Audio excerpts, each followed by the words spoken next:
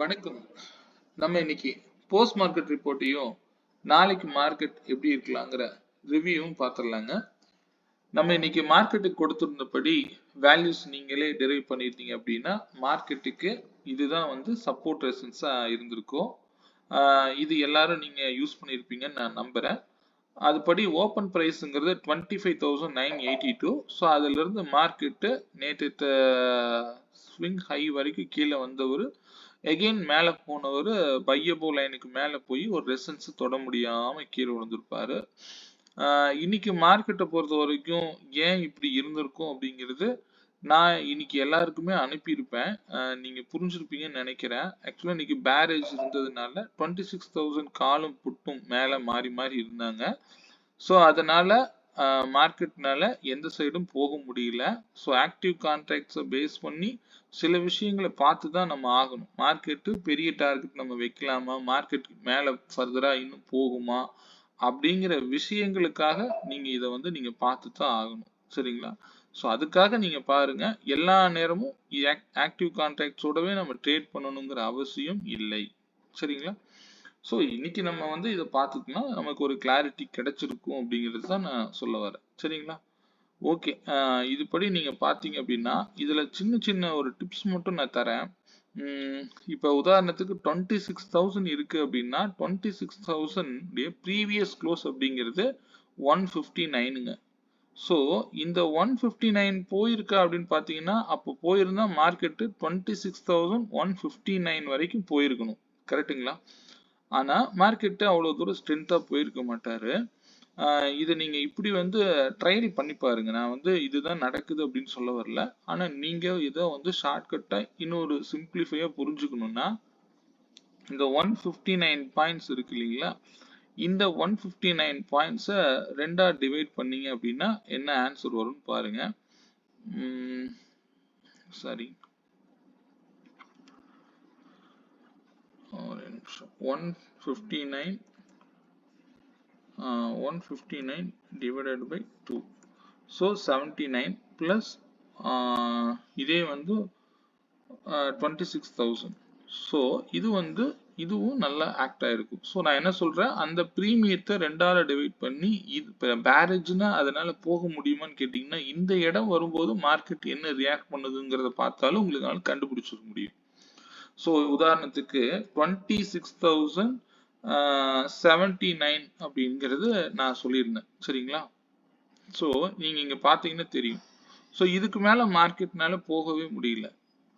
கரெக்டுங்களா? ஸோ இதை வந்து நீங்க வந்து ஷார்ட்கட்டா இவ்வளவுதான் போகும் அப்படின்னு நீங்க எல்லா நேரத்துலையும் இதை யூஸ் பண்ணாதீங்க. ப்ரீமியம் ஹையா இருக்கு, ஆனா மார்க்கெட்டு பேரேஜ் இருக்கிறதுனால அவர்னால போக முடியல. பேரேஜ் இருந்ததுன்னா இப்படிதான் இருக்குங்க, மேலே கீழே மேலே கீழே தான். ஆனா புட்டை வந்து நல்லா வந்து கீழே இறக்கியிருப்பாங்க, பார்த்துருப்பீங்க. சரிங்களா? அதே போல நீங்க இன்னைக்கு காலோடைய ப்ரீமியம் எல்லாம் ஹையா இருந்திருக்கும், அதுவும் உங்களுக்கு பார்த்துருப்பீங்க. அதே மாதிரி நியூஸ் எல்லாம் கேள்விப்பட்டிருப்பீங்க, நாளைக்கு fed rate cut decision. So அதனால இன்னைக்கு நைட் 11 o'clock ரிசல்ட் வரும். நாளைக்கு மார்க்கெட் எப்படி இருக்கலாம் அப்படிங்கிறது அந்த ரிசல்ட்டை பொறுத்து தான் இருக்கும் அப்படிங்கிறது எல்லாரும் தெரிஞ்ச விஷயம்தான். சரிங்களா? ஸோ எல்லா நேரத்திலும் எல்லா நாட்களிலும் நியூஸை பேஸ் பண்ணி நான் ட்ரேட் பண்றது கிடையாது. ஸோ இதுக்காக நீங்க எப்படி இருக்கணும்னா 9:45 வரைக்கும் நாளைக்கு வெயிட் பண்ணி ட்ரேட் எடுங்க. சரியான ட்ரெண்ட் எங்க கரெக்டா கிளாரிட்டி கிடைக்குதோ அந்த இடத்துல மட்டும் நீங்க யூஸ் பண்ணுங்க. அவசரப்பட்டு ஒரு ட்ரேடை ஸ்டார்டிங்லேயே பண்ணணும்னு நினைக்காதீங்க. சரிங்களா? ஓகே, அதே இண்டிவிஜுவல் ஸ்ட்ரைக் ப்ரைஸ் ப்ரீமியம் பத்தி பார்த்துடலாம். இன்னைக்கு நான் கொடுத்திருந்த ஸ்ட்ரைக் ப்ரைஸ் வந்து 26,050 கால் 154க்கு மேல இருந்தா மார்க்கெட் அப்சைட்ல இருக்குன்னு கொடுத்திருந்தேன். மார்க்கெட் என்ன பண்ணிருக்கும் அப்படின்னா, நான் இன்னைக்கும் லேட்டா தான் வேல்யூஸ் அனுப்பிச்சேன். ஏன்னா நான் இங்க ட்ரேட்ல இருந்ததுனால என்னால வந்து சரியா கவனிக்க முடியல. பாக்குறேன், இனி வரும் நாட்கள்ல கொஞ்சம் முன்னாடி ஏர்லியரா நான் அனுப்ப பாக்குறேங்க. ஸோ அதனால இன்னைக்கு காலையில கொஞ்சம் லேட்டா தான் நான் வந்தேன். இதுக்கு முன்னாடி இருக்கிற வேல்யூ மட்டும் அனுப்பியிருப்பேன். இந்த ஸ்ட்ரைக் ப்ரைஸ் வேல்யூ நான் உள்ள ட்ரேட்ல இருந்ததுனால அனுப்ப முடியல. நான் இன்னைக்கு கொஞ்சம் முன்னாடி அனுப்பிடலாங்க, ஒன்றும் பிரச்சனை இல்லை.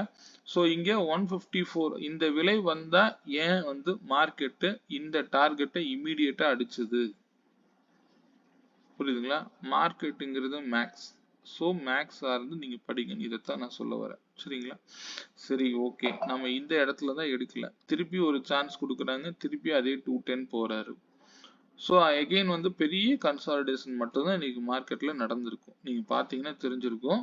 அதே அப்படி கீழே இறங்கினாலும் 168ல வந்து ஆட்டோமேட்டிக்கா திருப்பி அப் சைட்ல தான் போயிருக்காரு. எவ்வளவு தூரம் வந்தாலும் இந்த 168 கீழே வர முடியல மார்க்கெட்னால. அதே புட் சைடு பாத்தீங்க அப்படின்னா இந்த 154 உடைச்ச உடனே மார்க்கெட்டு எவ்வளவு பெரிய பிரீமியம் கொடுத்துருக்குன்னு பார்த்தா தெரிஞ்சிருக்கு உங்களுக்கு. அதுவே இங்க வந்து பாருங்க, இந்த விலை 92 rupees அப்படிங்கிறது எவ்வளவு சப்போர்ட்டா, இந்த 3 விலை எவ்வளவுதான் மார்க்கெட் மேல போயிருந்தாலும் இந்த 92 ரூபாயில எவ்வளவு நேரம் சஸ்டெயின் ஆயிருக்காரு. ஸோ இந்த இடத்துல நம்ம ட்ரேட் எடுத்திருந்தோம் அப்படின்னா என்ன ப்ராஃபிட் ஆயிருக்கும், 118 வரைக்கும் போயிருக்கு. ஸோ நம்ம அவ்வளவு வேண்டாம், 110 வரைக்கும் நீங்க ஹோல்டு பண்ணியிருந்தாலே போதுமான ப்ராஃபிட்டுங்க பர் டே. இன்னைக்கு மட்டும் நீங்க இதை பார்த்துருந்தீங்கனாலே சரியான ப்ராஃபிட் தான். பட் இது லாஸ்ட் மணி, பட் இருந்தாலும் இது வந்து உங்களுக்கு ஈஸியா போயிருக்கு. சரிங்களா? ஸோ இந்த விலை ஏன் வந்தா நடக்கணும், புரியுதுங்களா? ஸோ இது மார்க்கெட்டுங்கிறது மேக்ஸ், அவ்வளவுதான். சிம்பிளா நான் சொல்லணும்னு நினைக்கிறேன். இன்னும் உங்களுக்கு எப்படி கிளியரா இன்னும் சிம்பிளா கொண்டு வரணும்னு முயற்சி பண்றேன். சரிங்களா? ஓகே, அதே வந்து நம்ம மற்ற ஸ்ட்ரைக் ப்ரைஸ் பார்த்துருவோம். நான் வந்து மார்க்கெட்டுக்கு நேற்று நான் கொடுத்துருந்த ஸ்ட்ரைக் ப்ரைஸ் 26,182க்கு மேலே இருந்தால் மார்க்கெட் அப்சைடில் இருக்குன்னு டைரக்ஷனுக்கு மட்டும் இந்த விலை கொடுத்துருப்பேன். இதுவும் நல்லா தான் வேலை செஞ்சிருப்பாரு, உங்களுக்கு பார்த்தா தெரிஞ்சிருக்கு. 182ல இருந்து மார்க்கெட் எவ்வளவு போயிருக்காருங்க, கிட்டத்தட்ட 242 வரைக்கும் போயிருக்காரு. ஸோ 225 ஓகே, நல்ல ஸ்கொயர் நம்பர். ஸோ அது வந்து போனாலே நல்ல ப்ராஃபிட்டு. ஸோ இதே வந்து 150 ஓப்பன்ல இருந்து அவர் கீழே விழுந்துட்டாரு, அதனால 182 தான் பெரிய வேல்யூ இருக்கு இன்னைக்கு, பார்த்தா தெரிஞ்சிருக்கும். சரிங்களா? ஓகே, இதே வந்து நாளைக்கு மார்க்கெட் எப்படி இருக்குங்கிறத செக் பண்ணிடலாங்க. நான் திரும்பவும் சொல்றேன், முக்கியமான டைமிங்ல நீங்க ட்ரேட் எடுக்க கத்துக்கோங்க. 10:27 இன்னைக்கு வந்து மார்க்கெட் வந்து என்ன நடந்திருக்கும், புட் சைடுல கொஞ்சமா, அதாவது காலுடைய ப்ராஃபிட் புக்கிங் நடந்திருக்கும்.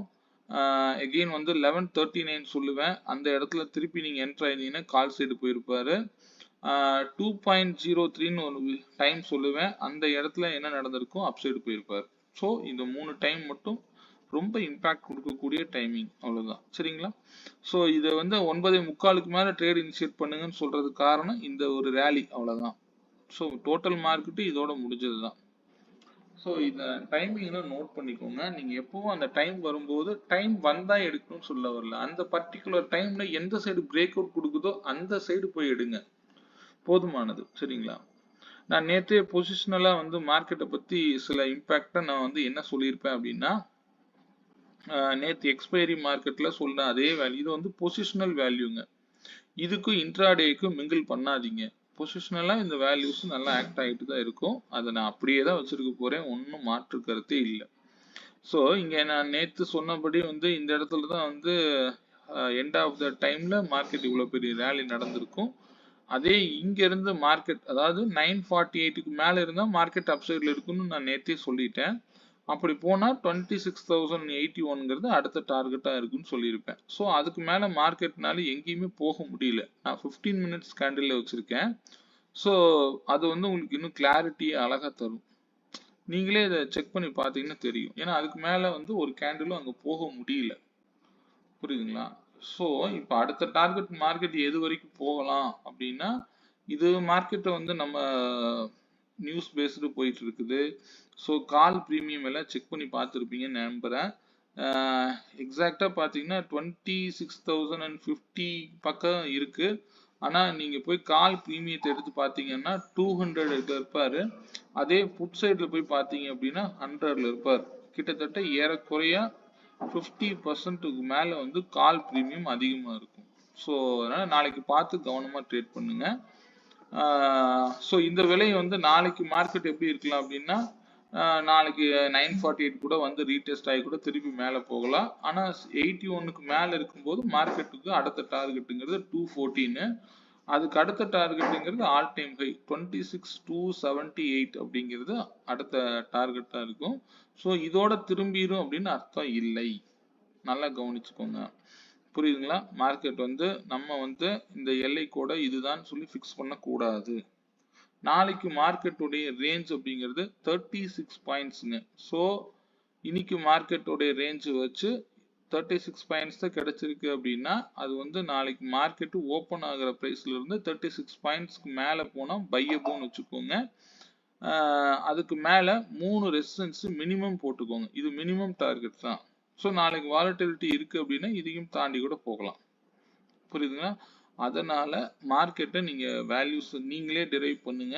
அந்த வேல்யூஸை நீங்க ரெசிஸ்டன்ஸாவும் ஆக்ட் பண்ணி அதே மாதிரி சப்போர்ட் அதுக்கு கீழே 36 பாயிண்ட்ஸ் கீழே போட்டுட்டே வந்துடும், போதுமானது. சரிங்களா? நாளைக்கு இன்னொரு விஷயம், சென்செக்ஸ் எக்ஸ்பைரி இருக்கு. சென்செக்ஸுக்கு நான் கொடுத்துட்றேன், நாளைக்கு டேட்டா எடுத்தேன்னா நான் அனுப்புறேங்க. 122 பாயிண்ட்ஸ் அப்படிங்கிறது சென்செக்ஸுடைய ரேஞ்ச் கால்குலேஷன். சரிங்களா? 122 அது வந்து சென்செக்ஸுக்கு, நிஃப்டிக்கு 36 பாயிண்ட்ஸ். ஸோ இதுவே போதுமானது. நாளைக்கு இதை வச்சு நீங்க ட்ரேட் இனிஷியேட் பண்ணீங்கனாலும் ஓகே, உங்களுடைய பிரியம். ஆனா இந்த இடம் 81க்கு மேல போனா இது வந்து பொசிஷனலா பார்த்துக்கோங்க, போதுமானது. ரொம்ப போட்டு கன்ஃபியூஸ் பண்ண வேண்டாம் மார்க்கெட்டை. பொசிஷனலா பார்த்தீங்கன்னா 68க்கு மேல, சாரி 81க்கு மேல போனா மார்க்கெட்டு 214ங்கிறது ஃபர்ஸ்ட் டார்கெட், அதுக்கு மேல 278 வரைக்கும் இருக்குங்க. ஸோ இது வந்து பொசிஷனல் டார்கெட் தான். இதை நீங்க இன்ட்ராடே கால்குலேஷன் மூலியமா வச்சுக்கோங்க. புரியுதுங்களா? இது பொசிஷனலா நீங்க ட்ரேடிங் வியூல மட்டும் வச்சுக்கோங்க, போதுமானது. அதுவே 948 கீழேன்னா டவுன் சைடு கூட பாசிபிலிட்டி இருக்கலாம். சரிங்களா? அது நியூஸ் பேஸ்டு இருக்கிறதுனால மார்க்கெட்டை 945 வரைக்கும் சும்மா கை கட்டி வேடிக்கை பாருங்க. அதுக்கப்புறம் ட்ரேட் இனிஷியேட் பண்ணுங்க. ஏன்னா எங்கேயும் போயிடாது. 39 கிட்டத்தட்ட 330 வரைக்கும் அங்கதான் இருக்காரு. ஸோ நான் ஓப்பன் ஆன உடனே நான் மார்க்கெட்ல உள்ள என்டர் ஆன உடனே மார்க்கெட்ல ப்ராஃபிட் பண்ணிடுவேன், அது வேண்டாம். பொறுமையா சொல்லிட்டு போவாரு. ஒரு ட்ரெண்ட் ஃபிக்ஸ் பண்ணி திருப்பி அவர் ரீடெஸ்ட்டுக்கு வந்து என்ட்ரி எடுத்தா அப்போ போங்க. ஸோ ஃபர்ஸ்ட் போறவரை விட ரெண்டாவது போறவரோட வேகம் இன்னும் அதிகமா இருக்கும். ஸோ இதை ஃபர்ஸ்ட் உணருங்க எல்லாருமே. சரிங்களா? நம்ம ஏன் நான் சொல்றேன் அப்படின்னா, இன்னைக்கு மார்க்கெட்டே நான் வந்து உதாரணத்துக்கு சொல்றேன். நான் இந்த ரேலியை பிடிக்கல சார், வேண்டாங்க, இங்க வரட்டுங்க. இது இந்த விலைக்கு ஏன் வருது அப்படின்னா, நீங்க நம்ம கிட்ட இருக்கக்கூடியவங்களுக்கு தெரியும் ஏன் இந்த இடத்துக்கு வருது அப்படின்னு. அந்த இடம் வரும்போது எடுங்க. இந்த ஹைக்கு மேல போவாரு.